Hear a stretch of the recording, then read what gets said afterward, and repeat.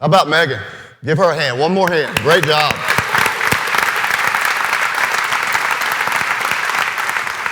Now, the advantage of speaking on day 2 is you get to watch all the speakers on day 1, right? You get to watch what they do, and as a coach, you analyze the things that happen. If I could go back and watch film, I would. Y'all hadn't uploaded it to YouTube yet. I mean, that's what I do. I've actually gone back and watched probably 25 presentations. I've watched Derek Woodsky, I've watched Matt Benson, I've watched all these people that's spoken here or there. I wish I could get paid to watch Matt Benson's videos. In my gym, they just run on repeat, and the guy just talks, and he's interesting to listen to, you know? But anyway, being a movie guy, one of my favorite movies is Good Will Hunting. And kind of at the end of the movie, Robin Williams, who's a great actor, and goes up to Will's door and knocks on the door where there's a note sitting in his mailbox. Anybody remember the scene?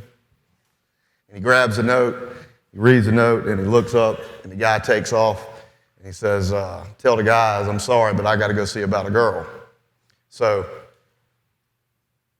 Robin Williams looks down and he said, son of a bitch, he stole my line. I can't tell you the number of times in the last 18 hours or 24 hours that I've said, son of a bitch, they said what I was going to say. So I've got to rewrite and do this and do that. But anyway, a lot of people asking me, am I nervous? Damn right I'm nervous, but it's a good nervous. It really is. I've always tried to embrace a high-pressure situation. A lot of experiences in my life, and I don't know, going all the way back to when I was a walk-on at Clemson, you know, just being nervous, walking there, and I'm 5'0", I'm 100. You know, watched the Rudy movie in high school, and I'm like, that's me. I'm 5'0", I'm 100, you know? So anyway, very nervous going in as a walk-on, and then I was a long snapper. That's the only position this body right here can play in college. The only position, trust me. And anyway, my wife on the way here yesterday, she says, are you worried? And we're driving down the road. Actually, it was 2 days ago, wasn't it? And I turned to her, and I'm a very intense person, very intense. I turned, I looked, I said, look in my fucking eyes. Do I look worried? And she says, I said, the sun will rise tomorrow. It will be okay. If I screw the speech up, it doesn't matter. Tomorrow will come. There will be another speaker. That's just the way it is. So it's not something you worry about. It's just something that you embrace. Read my bio, did an MMA fight, I boxed, reasons for that. I'm going to tell you right now, where's Tate Fletcher at? You can roll and do jiu-jitsu and do kickboxing and Muay Thai and all these things and train in the gym with guys bigger than you and wrestlers and get kicked in the face. And where's V at? I'm a teacher now, so I've been teaching and coaching for 20 years. So when there's a silence, don't feel nervous. Just speak into the silence if you want to say something. And V can tell you this. We were in a defensive meeting, and I was talking about fighting. And I said, I want the 11 guys that don't care about getting punched in the face. Those are the 11 guys that we're going to win a game with. And Coach Fry looked at me, and he thought I was crazy. He's like, I can't believe this guy just said that. And I said, hey, I enjoy being punched in the face. When you box and when you fight, I mean, I've been fighting since the day I was born. I mean, my first name is Elmer. Elmer, right? Elmer. Can you imagine how many nicknames I've gone through in my lifetime?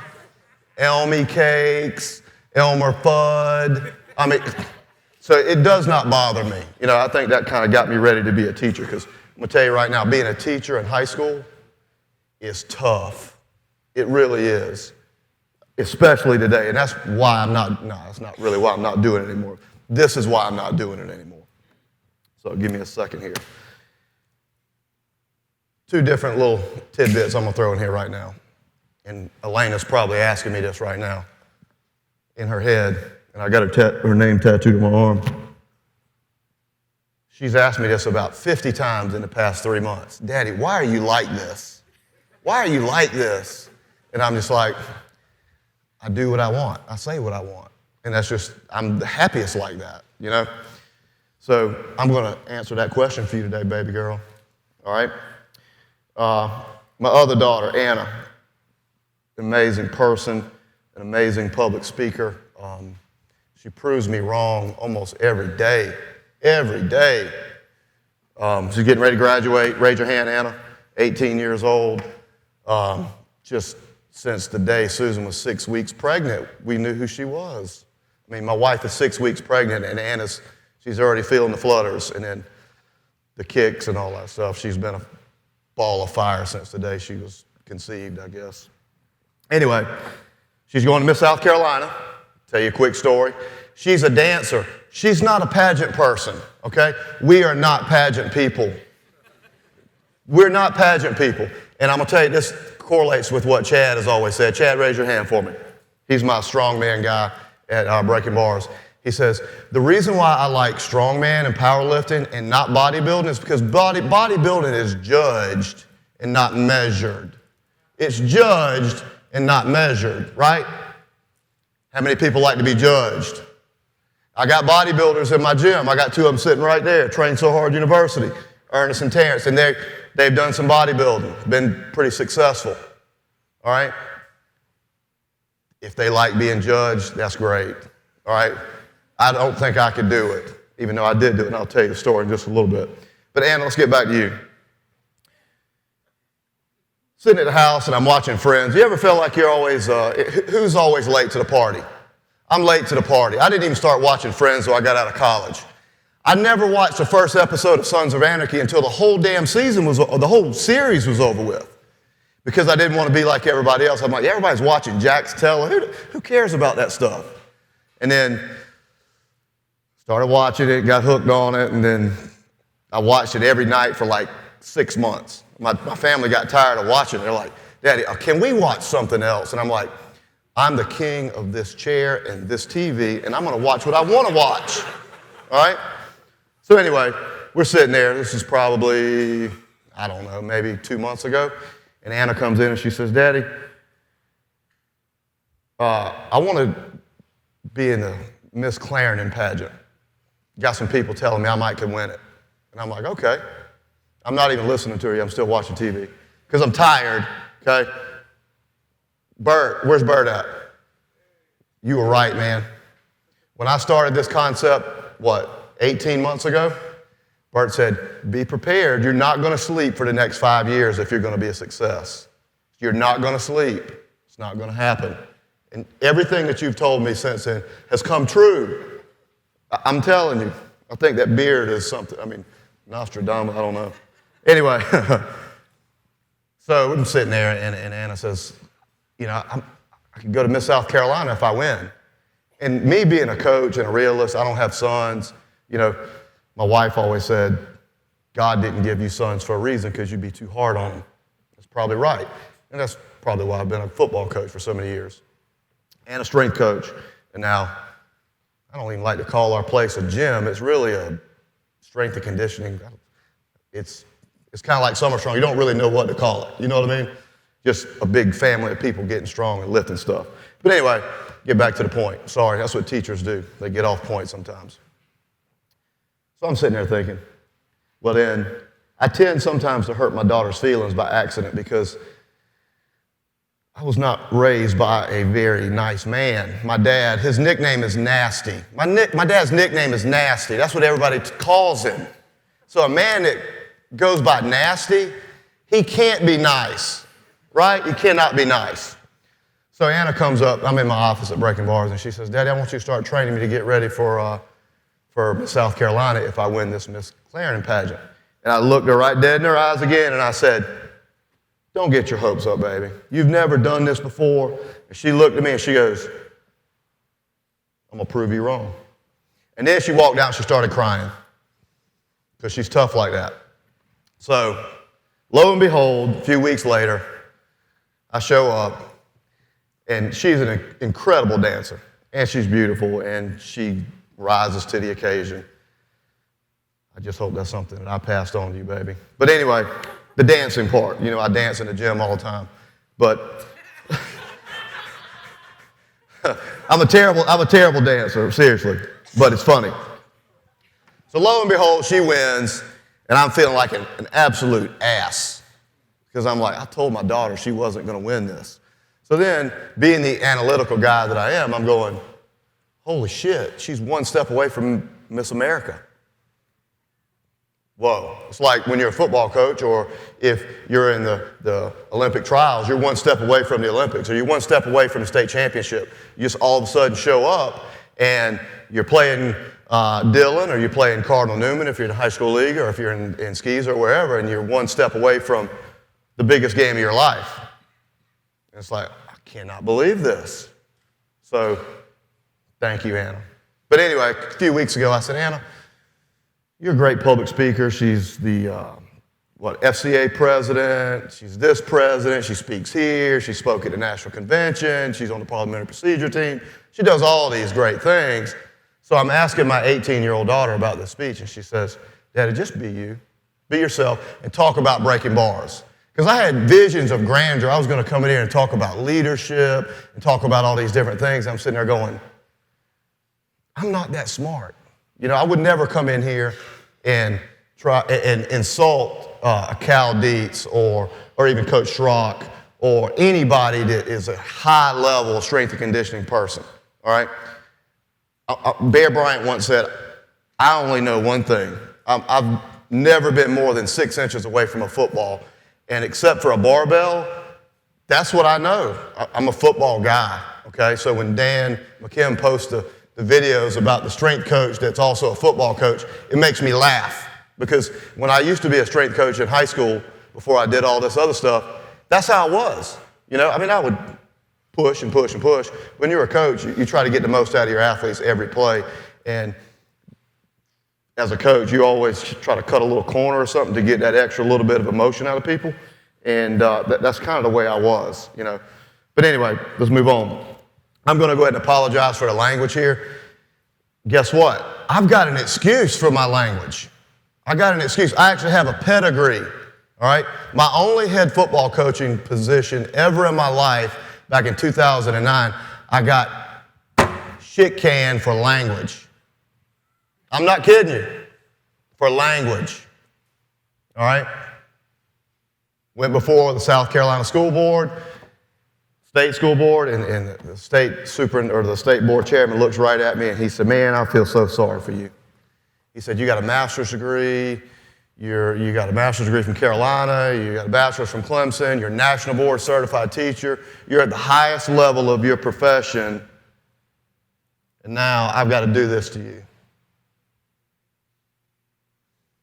And I'm sitting there going, oh, shit, what's he getting ready to do to me, you know? He says, do you have a job yet? And I did actually have a job. I had 2 jobs. So after I got fired at this one job, I got another job. Dr. Brown from Berkeley called me and he says, I need you to come and be my defensive coordinator, Elmer. He said, but when you come here, you can't use all that language you used before. He goes, I'm going to give you a second chance. So I get there, I go through spring practice. My defense is destroying his spread option offense, and he just can't understand it. We're cross-reading wings, we're doing this, we're doing that. I'm bringing guys off the edge, and I'm just laughing because this wing T offense he's running was something we defended at Manning for years and years and years because we were in the wing T conference. So me and Coach Briggs and I, that's all we did every day was we analyzed the wing T. Every team down there in the low country was wing T. So it was easy. Well, then June 6th comes around. It's June. You know, spring ball is over by June, guys. It's over. I'm sitting at, matter of fact, I'm actually at my mother-in-law's house. And I'm sitting there and I get a call from Jerry Brown. And raise your hand if you ever get a call and you just got this bad gut feeling right here. Something is not right. Calls me up and he said, Coach, your worst nightmares come true. And I'm saying, oh, shit, what happened? That's what I'm thinking in my mind. I didn't say that to Coach Brown. You know, who knows Coach Brown? This right here is unacceptable for Coach Brown. You got to tuck your shirt tail in. So for years after that, we would go, Clint, I'd go drive to his house over here in Irmo, and I'd pull up to the door. And he would literally walk up to the door because he and I got together about the Wofford 3-4, that reduction defense that started running at Northeast V. Opened the door, and he said, Coach Bench, you know you're not coming to my house with that shirt tail untucked. No, I'm like, it's right here. Because I forgot, it's a long way from Manning to Irmo, which if you look around all the BB shirts, it's a long way for people to drive from Manning to get here, okay? So I commend all you guys again. Anyway, my dad, nasty. When I was in 7th and 8th grade, picked me up from practice, drive me to Country Corner, okay? Who knows where Country Corner is in Manning? All right? How many miles is it from Country Corner to the River Road, Amy? At least 5, right?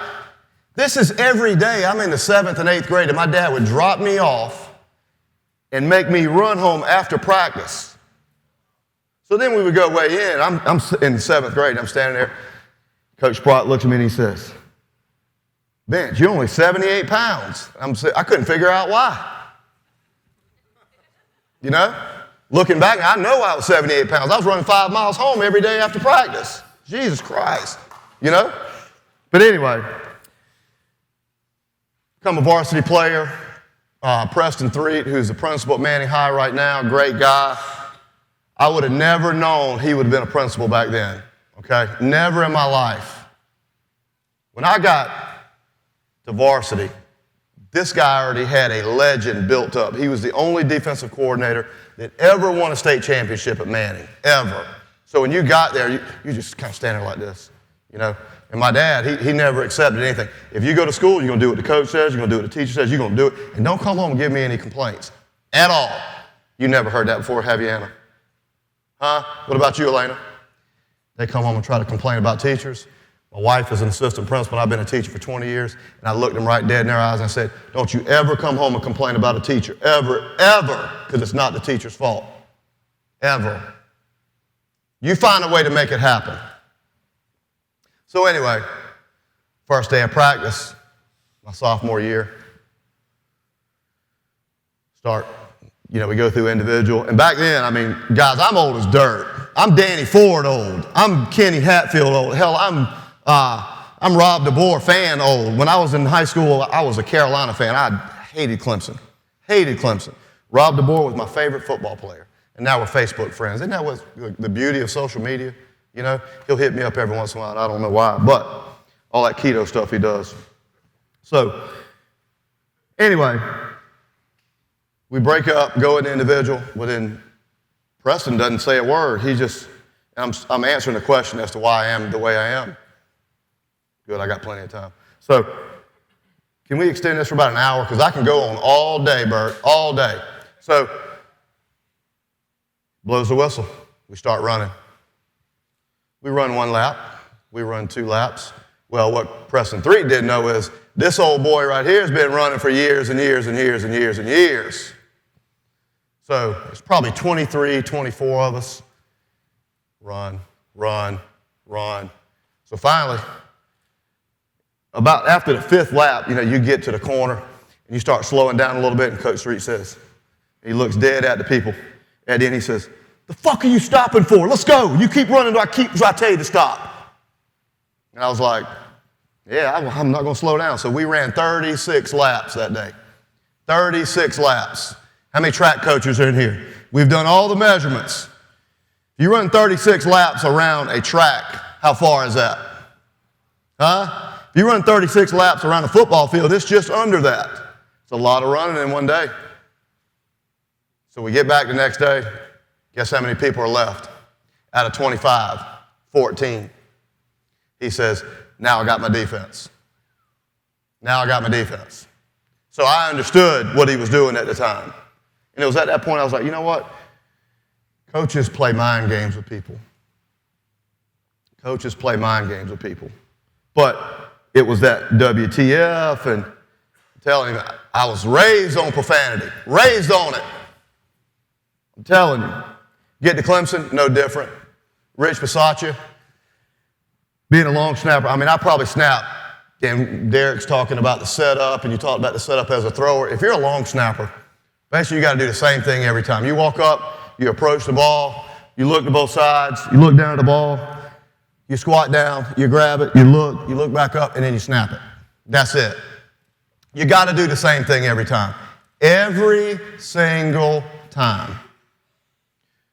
Well, I was a pretty good snapper. And let me tell you why I was such a good snapper. You got mentors and events in your life that you look back on and you just go, wow, I didn't realize this. We'll go back and tell you a little story about Nasty. My dad was here, right? He's at home. He'll probably see this one day, maybe. I don't know if it's going to make him cry or mad. Anyway, did all the hunting stuff, shooting a bow, gun, this, that, all the stuff little boys do with their dads. Well, I started coming home every day, and I'm shooting basketball. My dad wouldn't let me play more than one sport. You get to play one sport a year, son, one. And the first time I ever played an organized sport was in the 7th grade, ever. So I'm behind the 8 ball before it ever starts. I'm playing with He-Man, and I'm carving out bows and making guns and playing war in the woods. And, down in Bloomville, down in Manning, South Carolina, where there's 5,500 people in the town, you start playing BB gun wars and stuff. I've been shot in the back, in the chest, in the face with a BB gun. Seriously. All right? So, my dad comes home one day. I ain't done nothing. No chores, nothing. I've been out there shooting basketball on a goal that I made. Myself. All right? Comes out, he says, you know what? You ain't playing no more damn ball, boy. Takes his pistol out, he shoots my basketball. Seriously. He shoots my football. So, tell you what I did. I couldn't afford a football. Hell, I didn't know how to make money. I didn't know nothing. All I knew was football, basketball. Once I started playing, I loved it, Michael Jordan's still my favorite player. I was probably a better basketball player. Probably tool set, I'm probably a baseball player. Never got to play baseball. So, anyway, how the hell am I going to play football now by myself? How am I going to? So I took towels, socks, shoes, and I stuffed that football full of clothes. It's sitting out in the yard. I don't take it inside. When you're a teenager, you don't give a damn about a football inside, So every day I'm out there snapping this ball that's filled with clothes. I'm throwing this ball. How many people in here that's played the sport a long time at a high level has ever taken a football, thrown it up in the air, and ran it and caught it yourself?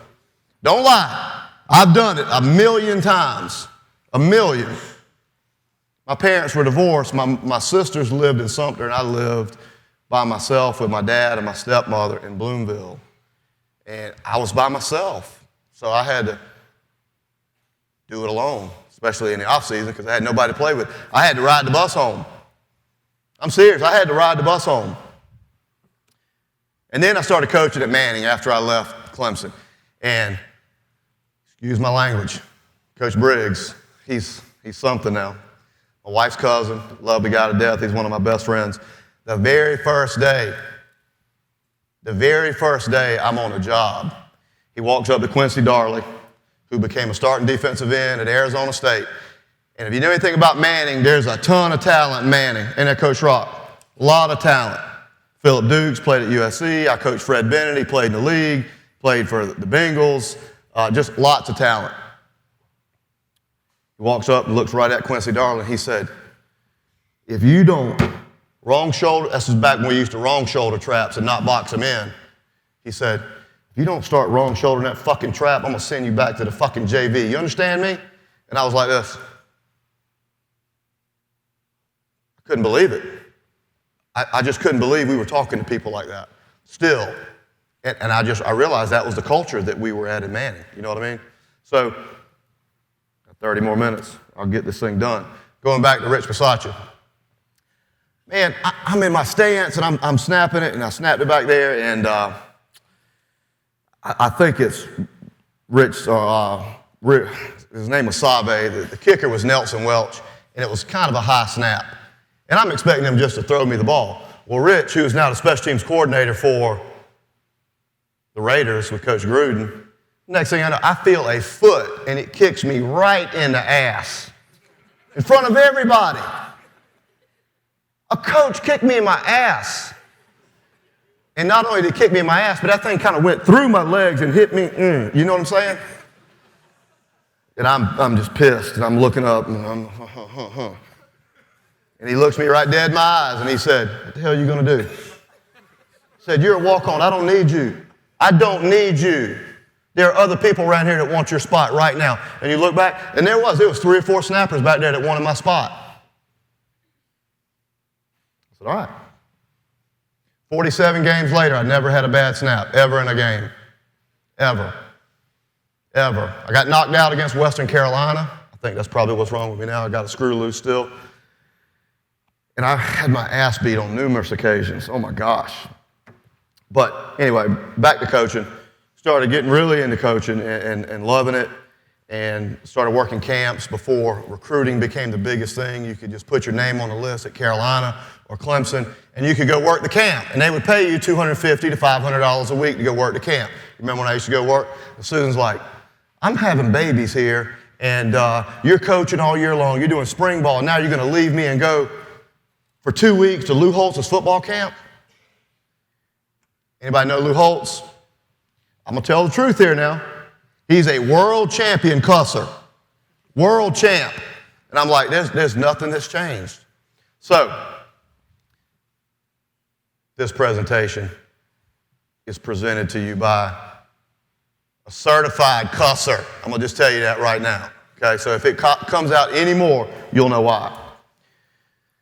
All right, Tampa Bay story. Real quick, and it all ties in. You know, being late to the party, I'm a snapper, and I tried to go to the league, you know, right after, because they all said, "Hey, you're the best snapper I've ever seen in my life." .62, I hit a .59, field goal snap was 1.1, you know, bam, bam, bam. I could put the laces forward 25 times out of 25 on a field goal snap. That's kind of commonplace, you know. You measure the distance and the velocity, and you get it right, and you practice it over and over and over and over and over, and that's what you do. So, trying to get ready for the combine, I didn't get invited to the combine. A snapper, can you believe that? 5'9", 205 pounds, come on. Did 225 like 30 times or something. Well, anyway, Dave Wanstead looks right at me and says, "You're the best snapper I've ever seen. And if you were 4 inches taller, I would probably pick you up right now." Well, lo and behold, nobody picked me up. Start coaching. Fast forward. Rich Bisaccia calls me and says, "Hey, man, just want to let you know I'm going to be down here with Coach Gruden at Tampa, but we keep up." So I'm like, oh, you know, it might be something. Well, what he didn't realize was I was already planning on trying to make a shot at it. And I was an old guy then. I'm 2001. I've been working hard, and thank God I met Jason Lawson. Where's Jason in here right now? That guy right there taught me a lot about lifting weights. First time I saw him behind the neck press 315 for 5-6 reps strict, I was like, who the hell is this guy? You know? He and I started teaching and coaching at the same time at Manning, and he did things that my eyes had never seen. I'd never deadlifted at Clemson. I'm in my classroom, and this guy's down there. Boom, boom, boom. The whole school's shaking. I'm 50 yards away from this guy, and I walk down there, and I look in, and he's in there deadlifting 600 pounds for reps. And I said, "Jason, you're interrupting the entire school. Nobody can get any damn work done." And he looked right at me in my eyes again. He said, "I do what I do. You go back to your classroom." That's the kind of guy he was. This is my hallway. You go up back to the social studies hallway. All right? So, anyway, get down to Tampa Bay, walking around. I'm not nervous. Do a little tryout, snap into Martin Gramatica, and Rich takes me in, and the first thing my mind starts saying, he walks me in his film room, and it's all these films. Column after column after column. I said, "What's with all this film?" He said, "Well, NFL requires us to send the last 10 years of every team's film by beta, and I'm sitting there thinking to myself, I want to come back down here and watch film. I want to watch film. And it was at that moment I probably should have realized that I was not a player anymore. And I was like, man, I really want to watch football film. I want to watch some of this stuff. So anyway, I spend a week down there working out every day, and Keyshawn Johnson sneaking in the back door. Warren Sapp looks me dead in my eyes, and he said, just like this. And you know, Warren's not very tall. Anybody seen Warren Sapp in person? He's not very tall, is he? He's like looking me dead in my eyes. And he said, you're going to see me. If you make this team, you're going to see me every day. And I went, all right. Just like that. All right. It was pretty cool. Get to hang out with those guys. I'm in there working out with Mike Allstott, John Gruden, you know. I don't even know what I'm doing. I'm just down there snapping the ball because that's my setup. That's what I do. I got to keep my mind clear. I can't let anything get involved. I got to keep my eye on the ball. All right? I burn the ships. Everything that I do, I burn the ships. Anybody heard that before? So I was ready to burn the ships. Come back home after spring break. My wife just had a baby. Anna's, she's little. She's calling me on the phone all week. I miss you, Daddy, blah, blah, blah, blah. You know, with her toddler voice. So every night I'm sitting crying and do I want to go home and this and that. Well, signed the contract, $250,000. And I'm like, I can't believe I just signed a $250,000 contract. $250,000 is not a lot of money, folks. But as soon as someone heard that I made the team, it got posted on, back then it was media, not social media, right? How many phone calls do you think I received that week from people all over? Hey, can you buy me a car? Can you buy me? I'm sitting there going, come on now. $250,000, I'm probably going to get, I don't know, $170 at the most. So anyway, I come home, and this is going to be funny. Mark Dominic. Anybody know Mark Dominic? He's an ESPN analyst, but he was the director of player personnel back then.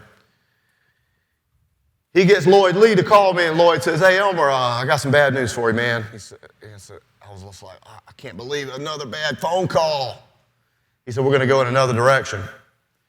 And I said, well, can you tell me why? And he said, no. He said, I really can't explain it to you. He said, you did a great job here.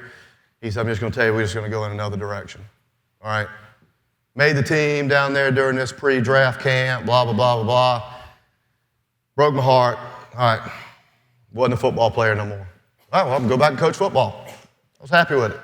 Well, when I was down there, Rich said, Elmer, you need to stay here. You need to stay here all summer. If you stay here all summer, you're going to have a chance to make this football team. Otherwise, you might not. Out of sight, out of mind. I'm sitting there going, I'm going to miss my wife. I'm going to miss my daughter. I'm going to lose my contract at the job. And I said, Rich, I said, I can't do that. I said, are you going to guarantee me that I'm going to make the roster? And he says, I can't do that. I said, well, I can't stay then. That's one of those regrettable decisions in life. We talked about this a little bit the other night with Ryan and some of those folks. It's not a decision that I regret, but it is a regrettable decision because I can look back and I can say that decision could possibly be regretted, but I don't. I made the right decision, okay? Made the right decision. I'm down there and a little bit more about the camp.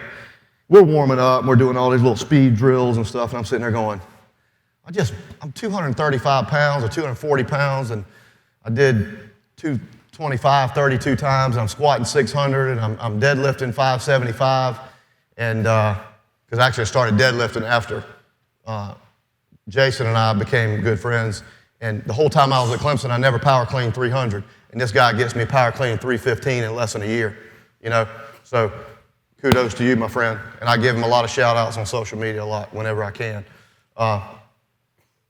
Anyway, sitting there doing all stuff, and I realized, look across, and there's Derek Brooks, and there's Dexter Jackson.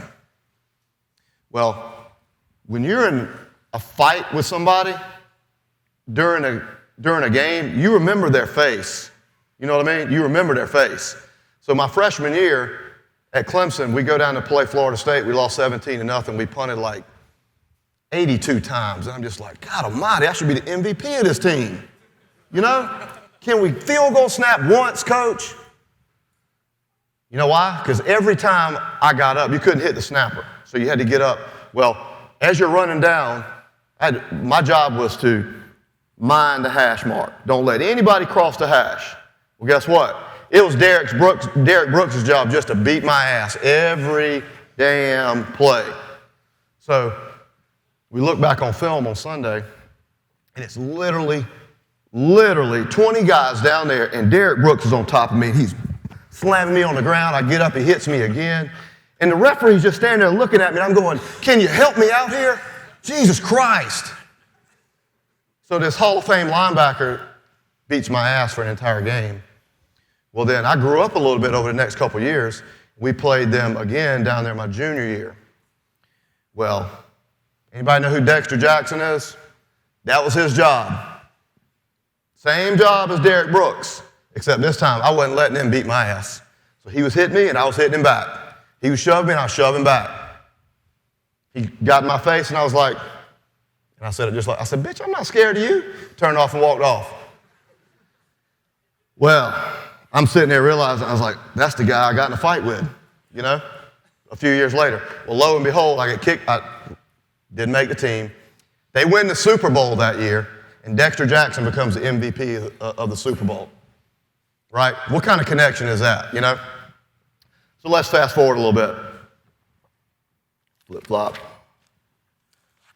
Well, when you're no longer an athlete, you start looking for things.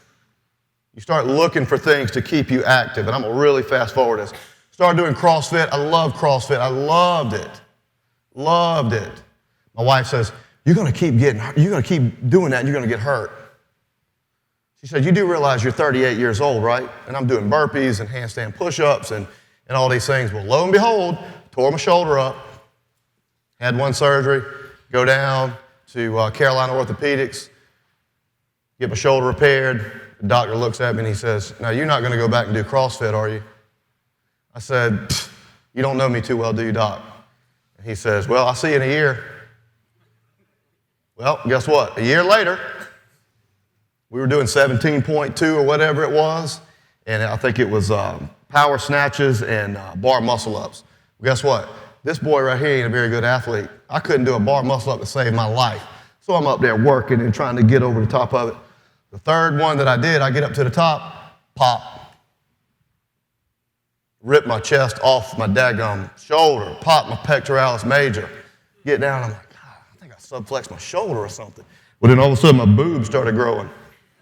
I'm like, the hell? So I look at Kathy, who was the CrossFit coach at the time there. She goes, jump back up there, you're not hurt. And I'm sitting there going, you don't feel what I feel. I mean, I can back squat 400 and power clean and jerk 300 and all the kind of stuff, but I couldn't snatch, and I definitely couldn't do a muscle up, a bar muscle up to save my life. So I get home, I get in the mirror, and I got a phone, and I take my shirt off, and it literally looks like I got a breast implant. Took a picture of it, I sent that to Sue, and she goes, you need to go to emergency room. Go to emergency room, guess what? Fast forward a little bit, had the surgery, doctor says, all right, you'll be a ninja in 6 months, start lifting weights again, go forward. Then, when you get a public reprimand from the state for using profanity in front of student athletes, guess what they do to your certificate? They put a little red flag on there. Every time you send your resume to somebody, they send it to HR, and then HR goes, oh, red flag. Next, file 13. So guess what? I couldn't hardly get a job nowhere. So guess what I went and did? I went and worked at OW High School. Anybody know where OW is? I worked there for 2 years. Some of the best times I ever had in my life. Moved on from there, went to Richmond Northeast with Coach V. Moved on from there. Coach Briggs got the job at Lawrence Manning Academy, which is a private school. And the first year we went and played Hammond for the state championship, and we lost. And then the next year, I'm the strength coach of all these teams. I'm still a football coach, guys, still a football coach. So then I said, you know what, I can't teach at another school, because I was driving to Richmond Northeast every day for 2 years and driving back to Manning to coach at Lawrence Manning. And I said, if you guys don't have a teaching job for me, I'm going to have to go somewhere else. So then I call up Greg Lawson, Jason Lawson's brother. He's got a job at Hemingway High School. He hires me. We go from 4-7 season. I think we won 11 games that year. Coach was the state coach of the year.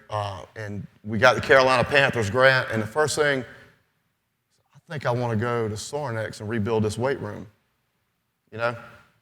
I'd been to SummerStrong once. This is my third SummerStrong. And I'm going to try to quantify this for you.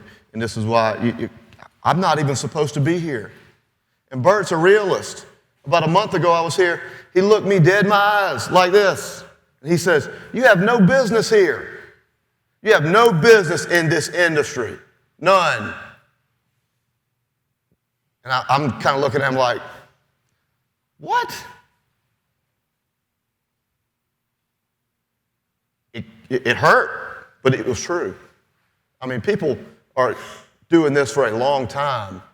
Strength and conditioning, bodybuilding, CrossFit, and they don't get asked to do this or haven't been asked to do this. Okay?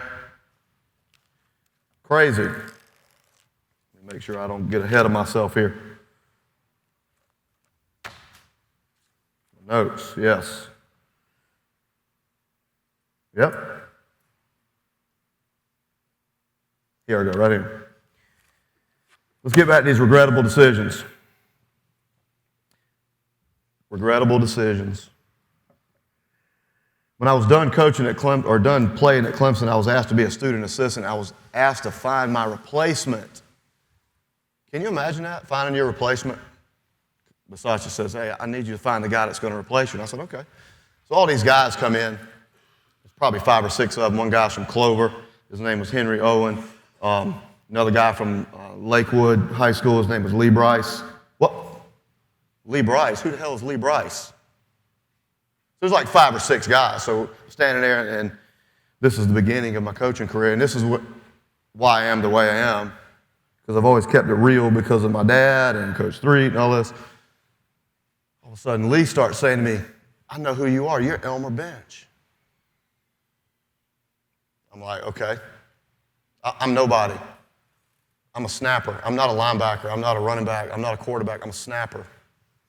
He goes, yeah, but you're that guy that was at Manning, that little badass linebacker that was in the paper and did this and did that. Okay. So we go through a whole week of this snapper challenge. I went and had a little trophy made up for the guy, looked like a little snapper on there, you know, and going the extra mile, you know, going the extra mile. Lo and behold, Lee Bryce is not the guy I chose. And then he goes on to superstardom and does this and does that. And about 2 years ago, a friend of mine goes to a Lee Bryce concert, and I'm on my lawnmower, and he calls me and he says, Pro says, Elmer, I was at a Lee Bryce concert last night, and he goes, I got the shock of my life. And I said, what? He said, well, I had backstage passes and went back there, and we told him where we were from, and he said, Lee looked me in my eyes and said, I only know one person from Manning, South Carolina. And the guy said, who? Same guy that didn't give me the job at Clemson, Elmer Bench. So I couldn't help but laugh, you know. I try to take a little bit of credit for Lee Bryce's career. So I try to enable folks, you know. I mean, if I'd have made him a snapper, who knows what would have happened, you know? But anyway, why does this thing work? Why does it work? When I say this, if you have a Breaking Bars t-shirt on, or if you're a member of Breaking Bars, or if you have ever worked out at Breaking Bars, please stand up right now. Please stand up. Okay? Very good. Very good. Very good. Give these people a hand, please. Give them a hand. All right? Let me tell you something. When you're a product of divorce,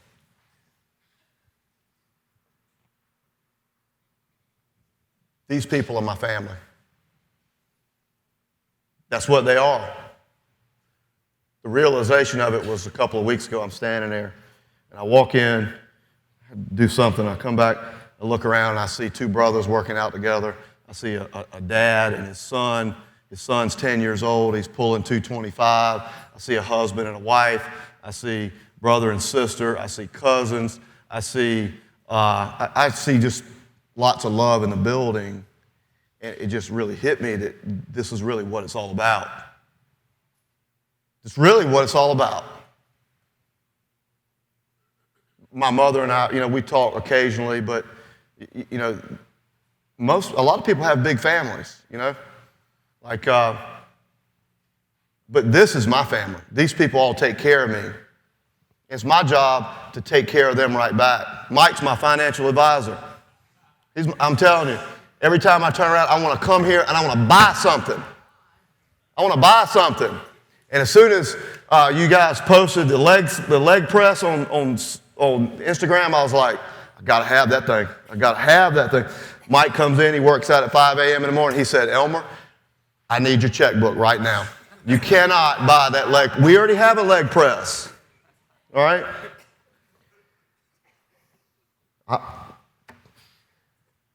But I want that leg press. You know why? Because I'm very loyal to this brand. I hadn't talked about the Gold's Gym Challenge, because I don't like talking about myself. And the damn old misery of this is I don't like myself very much because of some of the decisions I've made, some of the things I've probably done that I shouldn't have done. And all this thing, everything happens for a reason. Really does. It happens for a reason. So when these folks come into the gym every day, I'm telling you, this is what I do. If I'm not staring at the equipment, trying to figure out something new, and all the old videos, Bert, I love watching the videos where you have no beard, and you're talking about, the vectors and this and that. I mean, I'm running Sorinex stuff all the time at the gym because I'm trying to learn new stuff. And I'm just looking at the base camps, and Amy will come in or Chad will come in, and they'll go, oh, shit, there he goes again, because Chad will come in on Sunday sometimes, and we'll rearrange the entire gym because I'll see something I want to do. And now it's like commonplace. They're like, come on, coach, don't do this to me again. I just learned the order of things,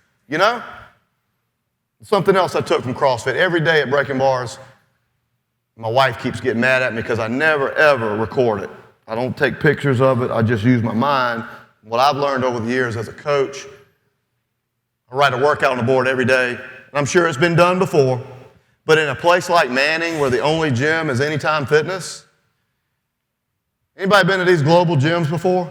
And the common person comes in, the first thing they do is they go straight over to the dadgum rope press downs. They rope press down a little bit, and then they go do a little bench press, and then they go straight to the damn treadmill. Straight to the treadmill. Really? But anyway, I'm standing in the gym, and we got windows up front, and I have everybody's car memorized. So when a new car comes into the parking lot, I know it's a stranger, and guess what I do? I go straight up, and I lean straight in, and I grab them, and I say, welcome to Breaking Bars, I'm Elmer. They look at me real quick, and I can immediately tell whether or not they're going to stick. I can tell you if they're going to stick or not.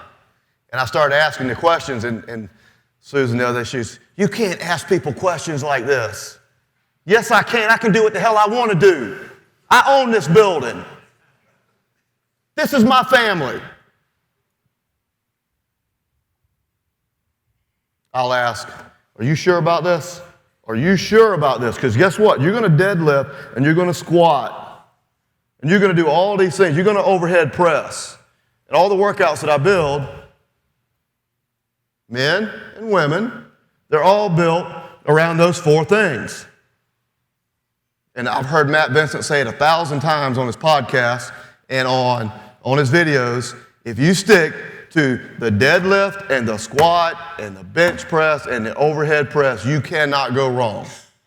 Now, you can go all the variations, chains, bands, this, that, split squats, all this stuff, and we do all that stuff.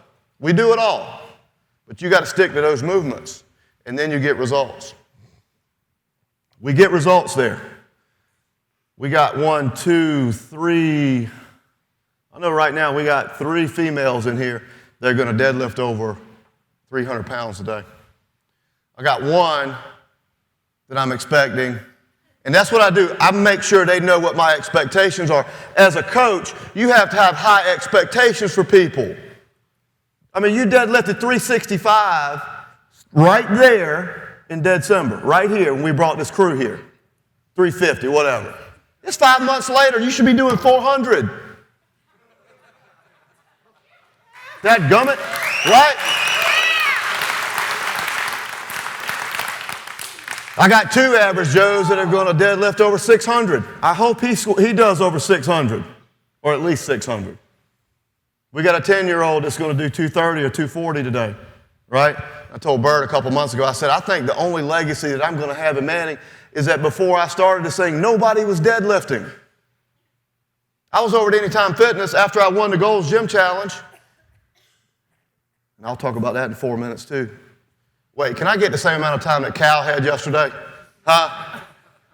So, I'm at Anytime Fitness, and Gina and Elise were my first 2 people that I coached. Thank you. Gina gave me she said, you know, you should do this for a living. You can do this. I'm sitting there going, yeah, I think I can. But it's nothing special. When I first became a teacher, Susan was my wife was my cooperating teacher. She had the first year teacher's course. And if you're a teacher in high school, you know you got to take that little course at the beginning, right? And I still get pissed because she didn't give me an A. She did not give me an A. But anyway, she hands me a book the first day of school. Anybody heard of it? The guy's name is Harry Wong. And what they teach you to do is you walk in, as soon as your students come to the door, you shake their hand, you say, hey, I'm Coach Bench. You make them feel inviting into your classroom. Same thing. I do the same thing.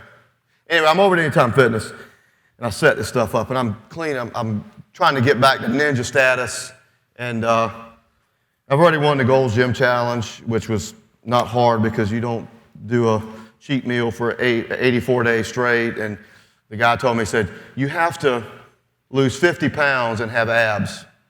I said, okay. So I ate a bunch of hamburgers, and it was fun. I drank beer and donuts and gained, 30, 40 pounds in about 3 months after I had surgery, and I wrote a good essay, and lo and behold, won the Gold's Gym Challenge. Had abs, did a photo shoot, which I felt terrible. God, I hate that stuff.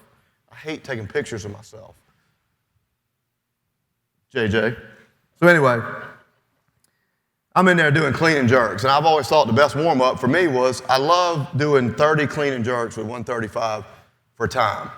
Anybody know what that's called? Grace, right. So I'm in there, and it's probably 5 o'clock in the afternoon, I'm doing clean and jerks.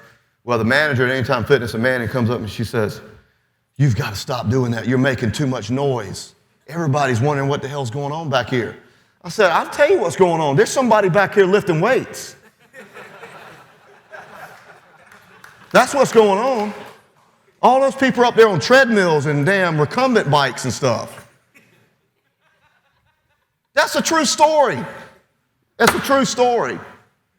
So then the next day, I got these old bumpers and I had at my house. I decided I'm going to bring these bumpers and I'm going to donate them to Anytime Fitness.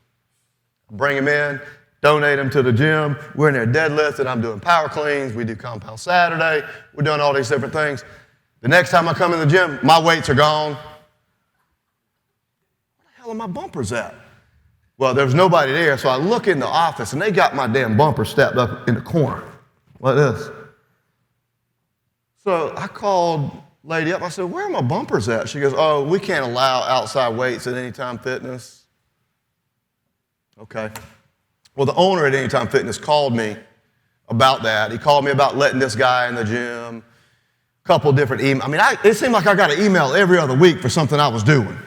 Ernest, you've gotten emails for video in the gym and taking pictures and stuff and copyrights and all this. I'm sitting there going, you know what? I started getting pissed. I was just like, this is not working for me.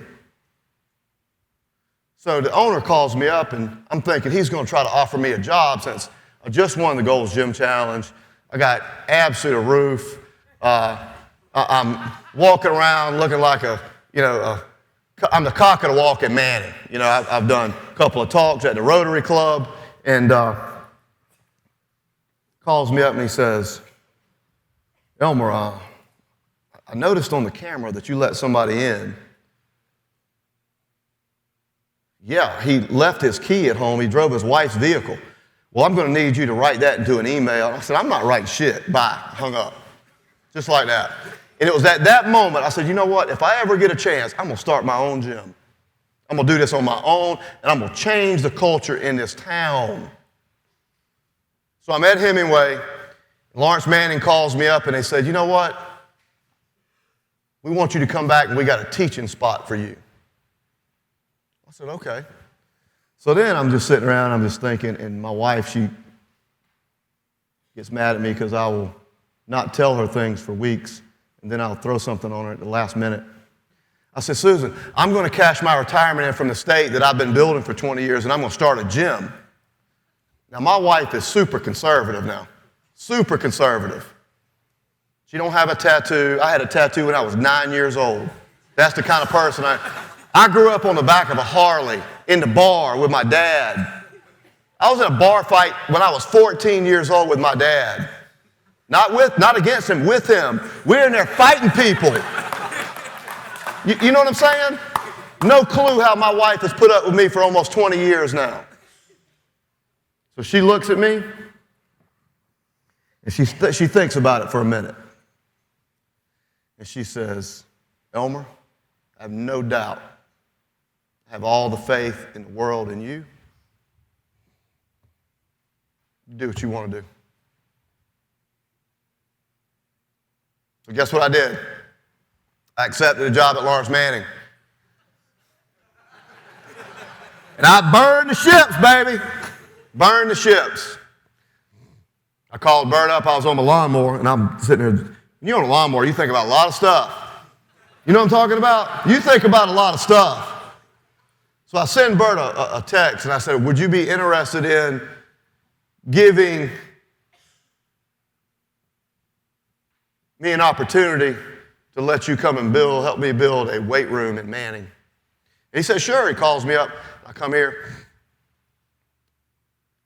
And he's kind of looking at me like, this is the craziest son of a bitch I've ever met in my life.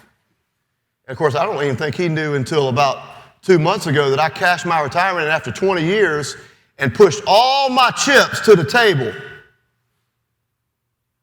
for the town of Manning, and for my family, and for the people that I love and help every day. And I said, I'm going to be everything that Anytime Fitness and Gold's Gym and every other damn Globo gym isn't. That's why you see so many videos from Basement Amy and Chad and Jackson and all these people that post and tag. And if they tag you guys over and over and over, I'm sorry. Bert, I know they tag you every single day. He probably gets 1 billion tags. So I said, I'm going to be one less guy. So I stopped tagging Bert and stuff, you know. And when you're doing the Gold's Gym Challenge, they want you to have that media part.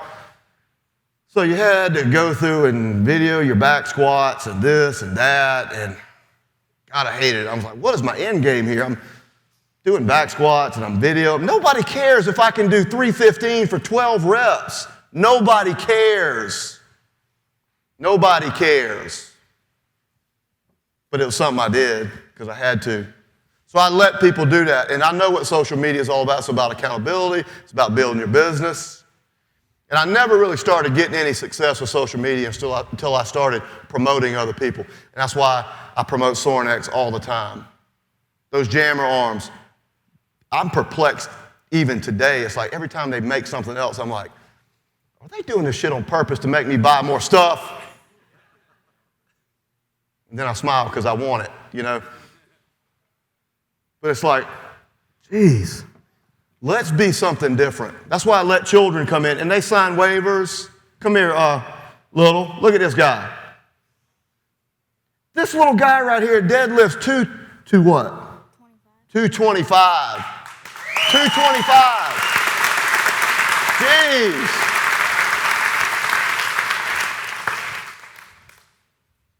People are deadlifting. They're getting stronger. and it makes me happy. That's what excites me. It excites me when we bring 30 people to Squat-tober. And when you come in here, this is like BB on steroids. Well, it was until they took out a lot of stuff. I walked down the other day and I was like, where's all the stuff at? Because it used to be a half rack and bench presses and all the way up to right here. And I understand that they just replaced the flooring. But when you come into BB, people walk in and they go, it's like Narnia in here. You ever read the book, the Lion, the Witch, and the Wardrobe? Anybody read that book before? When I was in second grade, my teacher read that book, and it always fascinated me because you open the door and you walk into this new world, and that's kind of the way it is at BB. It's a totally different place. It's a gym that common people come and work out together and push sleds and lift stuff off the floor. Nordic curls? What the hell is a Nordic curl? Why am I doing Nordic curls? Because they're better for you than a damn a seated leg curl? That's why. And that's what I tell them. We're going to do things the right way. We're going to do things the right way. And guess what? It's the hard way. And it's the best way. The hard is what makes it great. You got to love the people in your gym. Now, most of the people in here that I see are going to be college coaches or people that are, they are aspiring to get to the top of their profession. It's okay to wave the white flag. I waved the white flag on my teaching career because I knew that red flag was more powerful than that white flag. And who was that yesterday that stole my damn line? They said it yesterday. It's okay to wave the white flag and say, I did not do this that well. Now, I think I was a great teacher. I didn't write nobody up for 10 years. Never had a problem. But for some reason, sometimes administrators they have problems with intense people. You know what I mean? So, as you can probably well tell, I'm an intense person. And this is how I am every day at BB. Am I right? Am I right? I mean, Kel, she's my 6 a.m. client, and sometimes, like the other day, we're doing rack pulls, and I slid another plate on, and she gave me this look like, the hell's he doing?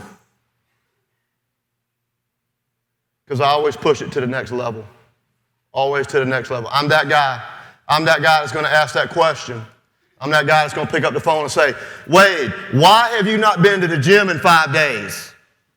I miss you, man. Come on. Or Mike the other day, he said, Elmer, he gets back from his trip to Mexico, and he looks at me and goes, I got to be honest with you, brother. He goes, we're working out 7 days a week. We work out 7 days a week at Breaking Bars, guys. We really do. And honestly, it makes me mad when people don't come to the gym. It really does. And I don't want to be that Louis Simmons from Westside Barbell. I'm not going to throw anybody out of the gym because they don't come work out. But Mike looks at me dead in my eyes and he said, I'm going to start training 3 days a week from now on. My body needs a break. And I said, okay, you can train 3 days a week, but you're going to train 1 day on the weekend. And he said, okay. So we made a compromise. That's what it's all about. And they're all here. We've opened up this world to a place in Manning that has 5,500 people in the town, and we're right at 500 members. 10% of the population has joined Breaking Bars. Why?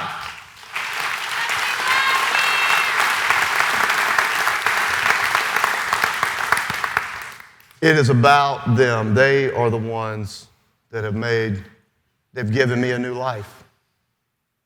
They've given me a new life, and I want to thank you guys for that. I work every day for you.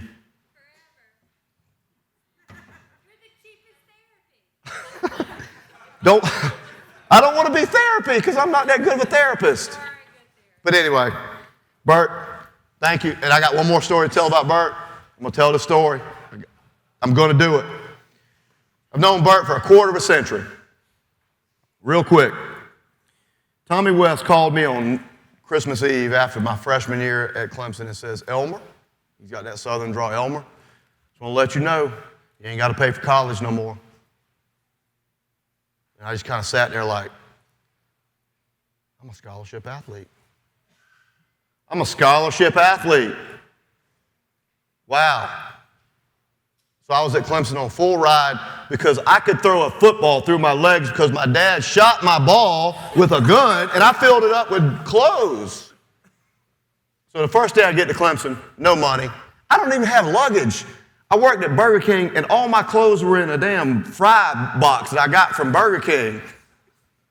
My roommate, James Chappell, which wasn't supposed to be my roommate, I walked in, the RA told me to put my stuff in. He's laughing at me. I said, what the hell are you laughing at? That was the first things I ever said to him. He goes, I've never seen anybody bring their clothes in or travel with their clothes in a Burger King box. That's all I had. So when you're in college, and you're just laying there with your roommate, and you're too young to drink beer. I'd never had a beer before in my life before I went to Clemson. And we're laying there, and we're just talking about all the stuff in our life, talking about our coaches and our families and this and that. He tells me his best friend's name is Bert Soren. I'm like, Bert? He goes, yeah, we call him Gert, but... So then, lo and behold, a few months later, I got to meet Bert. He didn't have a beard at the time. He was young. He was a thrower at Carolina. And we just kind of hung out here or there over the next few years, and then you get into your profession, and then I'm down at Tampa Bay, and I'm coming off the practice fields, me and Martine and all these guys, and I look up, and there's Bert standing with John Gruden. And I said, Bert. And Bert looks at me and goes, Elm. He said, what the hell are you doing here? I said, trying to play football. So then I'm in there working out, and he's in there talking to Coach Gruden and the strength coach and all that stuff, and I became a football coach again, and then football coaches don't come to strength. It just don't happen very often. When you're a defensive coordinator, I'm worried about defense. I'm going to speak with Chris Kosh and Joe Kynes and this guy and that guy. I want to be the best football coach I can be. But there's my connection with Bert. So when I came here during the Gold's Gym Challenge, this is the last story I'm going to tell, I walk in, Bert invites me to come work out because I'm traveling to this Gold's Gym and that Gold's Gym, trying to get some social media going. And I walk in, and there's this guy, and he's half naked over here. And he doesn't have an ounce of fat on him. And he's in these little tiny-ass, silky shorts. And I said, Bert, I said, who the hell is that guy? He's over there kicking this dadgum target up against the wall. And Bert looked at me, and he said, if I told you, I'd have to kill you. He said, he's a real-life Rambo. Well, who is it? Rudy. Well, the next time I come up, there's another guy to work out. There's another guy, but he's got a dadgum 100-pound kettlebell or center mass bell, and he's over there doing snatches and Turkish get-ups. Guess who that guy was? Derek Witzke. So Bert takes me over and he says, Elm, you and Derek got something in common. I'm like, what do I have in common with this guy? He said, well, both of y'all were in the NFL at one time. Well, he was really in the NFL. I was just there for about 14 days, world-renowned strength coaches and whatnot. So the respect that I have for this brand and this culture is out of this world, and I promote it like crazy. I can't keep a mustache sticker. When I get a stack of them, what happens to them? They go. They want them. You know what I mean? People want to come here. You guys get athletes for 4 years, 2 years, 3 years. They go into the NFL, NBA, wherever, go to Olympic Games. I get athletes for life. I've got relationships with all these people. I've coached people. Todd Colclaser, raise your hand. He coached me when I was in 7th grade. Is that story that I told about my dad true? Yep, that's true. 7th grade. I was 78 pounds. Everybody in here I've got a connection to. Got to have a great circle. You got to have a great foundation. And I want to thank you guys for that. And thank you for letting me speak.